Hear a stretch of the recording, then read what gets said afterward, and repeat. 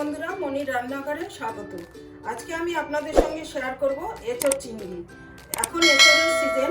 এঁচোড় মোটামুটি আমাদের সবারই পছন্দ। আমি তার জন্য নিয়েছি 1 কিলো এঁচোড়। এরকম ছোট ছোট করে কেটে নিয়েছি। ভালো করে ধুয়ে আমি জলে ভিজিয়ে রেখেছি যাতে করে আঠাটা ছেড়ে যায়। এবার আমি এটাকে সেদ্ধ করে নেব। আর আমি চিংড়ি মাছ নিয়েছি 250 গ্রাম। এবার চিংড়ি মাছটাকে আমি নুন হলুদ মাখিয়ে রেখে দেবো।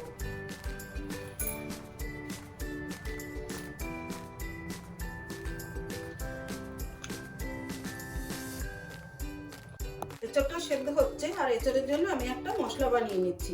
আমি 1 চামচি চাল মগজ ভিজিয়ে রেখেছিলাম, ওটা নিয়েছি।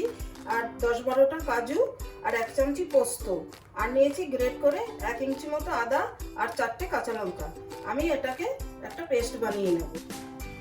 তো বন্ধুরা, আমার এঁচোড়টা সিদ্ধ হয়ে গেছে, মোটামুটি অলমোস্ট সিদ্ধ হয়ে গেছে। বাকিটা রান্না করতে করতে হয়ে যাবে। এবার আমি কড়াই বসিয়ে দিচ্ছি। কড়াইটা গরম হয়ে গেছে।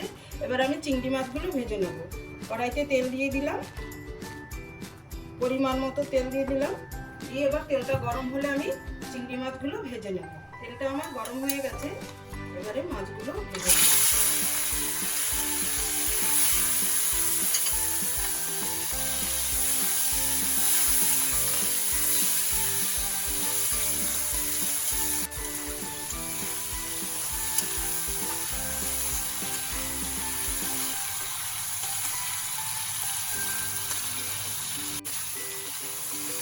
আমার মাছ ভাজাটা হয়ে গেছে।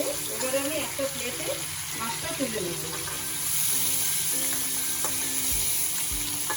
চিংড়ি মাছটা তুলে নিয়ে এবার আমি ফোড়নের জন্য দিয়ে দিলাম একটা শুকনো লঙ্কা, ছোট ছোট 3টে তেজপাতা আর গরম মশলা। এবারে গরম মশলা থেকে এবারে সুন্দর গন্ধ বেরোলে আমি দিয়ে দেবো 2টো আলু। আমি আলু দুটো এরকম ডুমো ডুমো করে কেটে দিয়ে নিয়েছি। এবারে এই আলু দুটো একটু ভেজে নেব।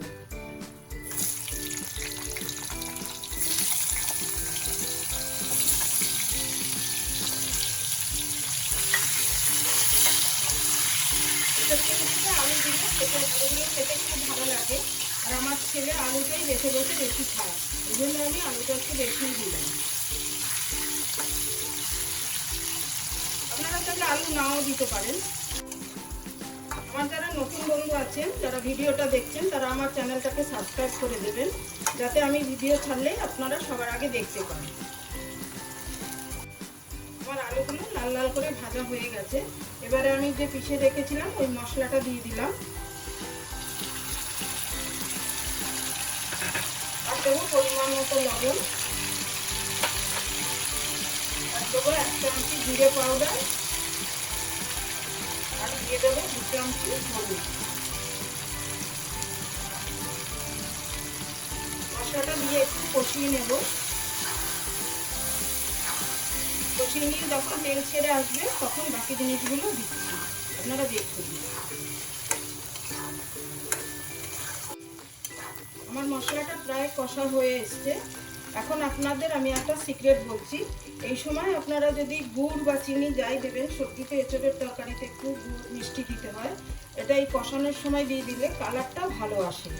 কালারটা আমি যেহেতু শুকনো লঙ্কা বা শুকনো লঙ্কা পাউডার কিছু ইউজ করছি না, ওই জন্য এটা দিলে কালারটা সেই জায়গাটায় চলে আসে। এবারে 1 মিনিট মতন কষিয়ে আমি এঁচোড়গুলো দিয়ে দেবো। এবার 1 মিনিট মতন কষানো হয়ে গেল। এবারে আমি এঁচোড়গুলো দিয়ে দেবো। এঁচোড়টা আমি দেওয়ার পরে আমি কিছুক্ষণ ঢেকে ঢেকে রান্না করব, তারপরে আপনাদের দেখাচ্ছি। ফিরে এলাম 5-7 মিনিট পরে। এখন আমার এঁচোড়টা কষানো হয়ে গেছে। এই পর্যায়ে আমি দিয়ে দেবো চিংড়ি মাছগুলো। চিংড়ি মাছগুলো দিয়েও আমি কিছুক্ষণ ঢেকে ঢেকে রান্না করব।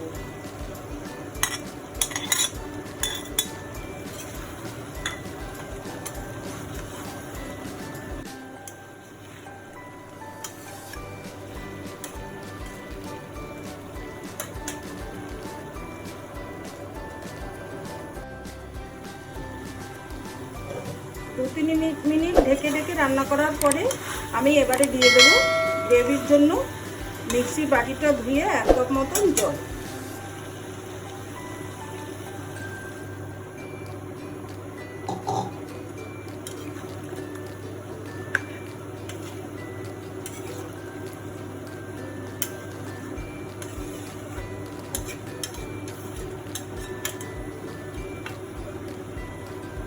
এবারে আমি 5-7 মিনিট ঢেকে রান্না করছি।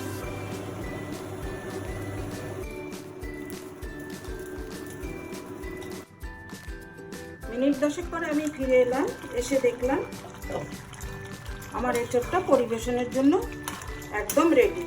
আমি এখন এখানে টেস্ট বাড়াবার জন্য দিয়ে দেবো 1 চামচি ঘি আর দিয়ে দেবো 1/2 চামচি গরম মশলা।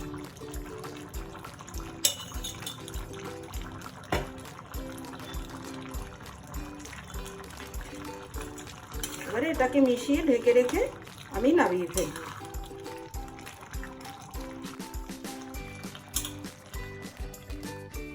আমার ইঁচড় চিংড়ি রেডি। এতক্ষণ আমার সাথে থাকার জন্য ধন্যবাদ। দেখা হবে পরবর্তী ভিডিওর সাথে।